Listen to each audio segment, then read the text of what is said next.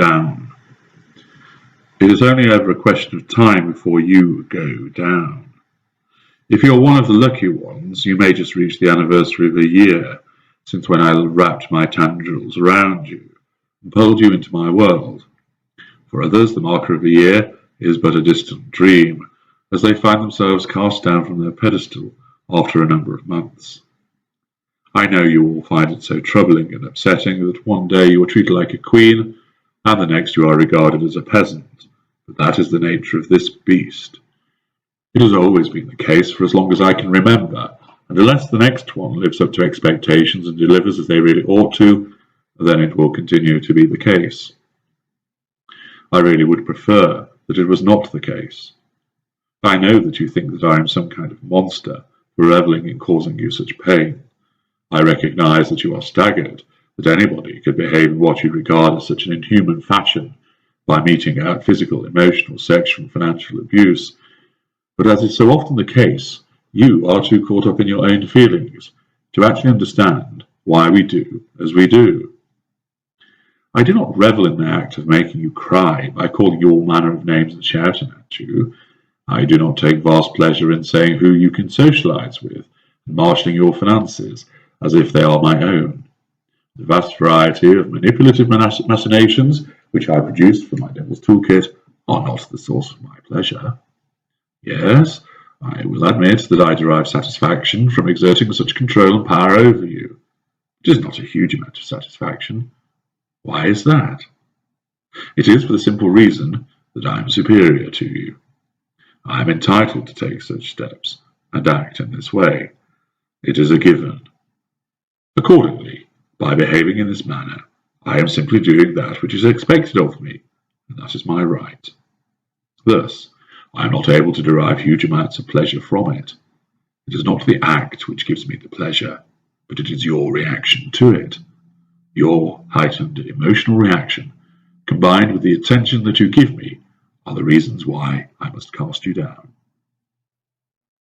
I know that you hope that this can be avoided, and you believe that there is another way. I know you try to keep me happy by doing everything you could as best you could in the manner that you thought would meet with my approval, but you always failed in some way. I know my opinion chops and changes from day to day and from hour to hour, but that is the way that I am. And you availed yourself of my brilliance, so now you must endure this part of my nature. I see no reason to change. Why should I alter from being who I am, just because you cannot cope with it? Give way, yield, and allow someone else the opportunity to fill your shoes and address matters. Have you considered that the reason you were cast into the dirt was because you were just not good enough? Oh, I know you tried. You told me often enough. By God, I'm tired of hearing you whine and moan about how much you do for me, and I have no time for such jealousy. That is what it is. You've been exposed to my brilliance, and you wanted it for so long. You enjoyed being admitted to my world with all that such admission entailed, but then you failed to show the requisite appreciation and respect. I knew what was behind it. You wanted what I had for yourself, but that is impossible. I am used to people wanting to claim what is mine as their own. It is a hazard of being a leader, a pioneer, and a person that others look up to. I expected of the minions that I must interact with, the knee benders, the elbow people, and the hand wringers. I can see it in their eyes as they kiss my pinky ring. They want to be me, but they cannot. I am cut from a different and far superior cloth, and the best that they can ever hope for is to be included in my court and experience my reflected glory. I expected such petty envy from them, but not from you. You were meant to be different, but as so often has been the case, you proved that you were little better than them. Yes, you showed me some service in the provision of the fuel that I require, but as ever it was short-lived, and that is why I had to cast you down. You brought it on yourself. You signed your own death warrant, and that was why you had to go down. Could I have chosen a different method and allowed you to walk away? No, not at all.